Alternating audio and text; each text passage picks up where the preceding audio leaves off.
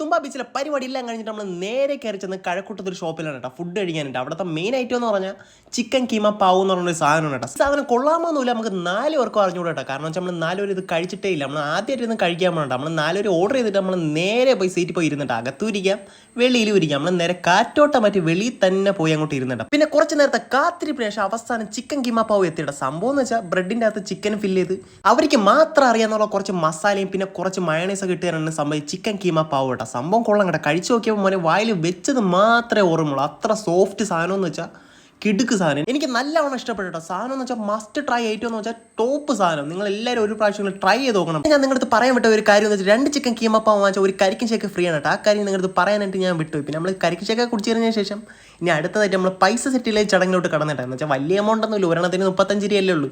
നമ്മൾ തന്നെ പെട്ടെന്ന് ഷെയർ ഒക്കെ ചെയ്ത് പൈസയൊക്കെ സെറ്റിൽ ചെയ്തതിന് ശേഷം ഇനി നേരെ കടയ്ക്ക് ഒരു ബൈ ബൈ പറഞ്ഞ് ഇനി നേരെ വീട്ടിലോട്ടാണ് കേട്ടോ. വീട്ടിലോട്ട് പോണ വഴിക്ക് കഴക്കൂട്ടത്ത് ഫുള്ളും ട്രാഫിക്കാണ് കേട്ടോ. എൻ്റെ കൂട്ടുകാരൻ പറഞ്ഞ് ഈ ട്രാഫിക് എന്നൊക്കെ ഞാൻ രക്ഷപ്പെടുത്തി തരാമെന്ന് പറഞ്ഞ് ഒരു ഷോർട്ട് കട്ട് കാണിച്ചത് എൻ്റെ പൊന്നു മോനെ എൻ്റെ പാതി ജീവൻ പോയിട്ട് തിരിച്ചു വന്നിട്ട്. തൊട്ടപ്പുറത്ത് ഓടരെ പണിയടക്കണോണ്ട് ഒന്ന് അങ്ങോട്ട് വീഴണമെങ്കിൽ എൻ്റെ ജീവൻ്റെ കാര്യത്തിൽ ഒരു തീരുമാനമാണ്. പിന്നെ ഒരു വിധത്തിൽ അവൻ എന്നെ വീട്ടിലോട്ട് അവൻ എത്തിച്ചു തന്നേട്ടെ എന്തൊക്കെ പറഞ്ഞാലും.